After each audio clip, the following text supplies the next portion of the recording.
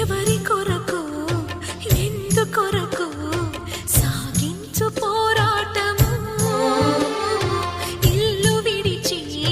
పల్లె విడిచి ఎన్నాళ్ళు ఈ నరకము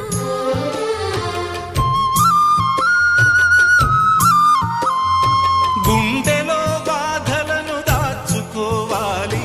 నా పోరు బాటలో నీ తోడు కావాలి పల్లెనే ఇల్లుగా నువ్వు చూసుకోవాలి పంచాది నిర్మలకు చెల్లెవనిపించాలి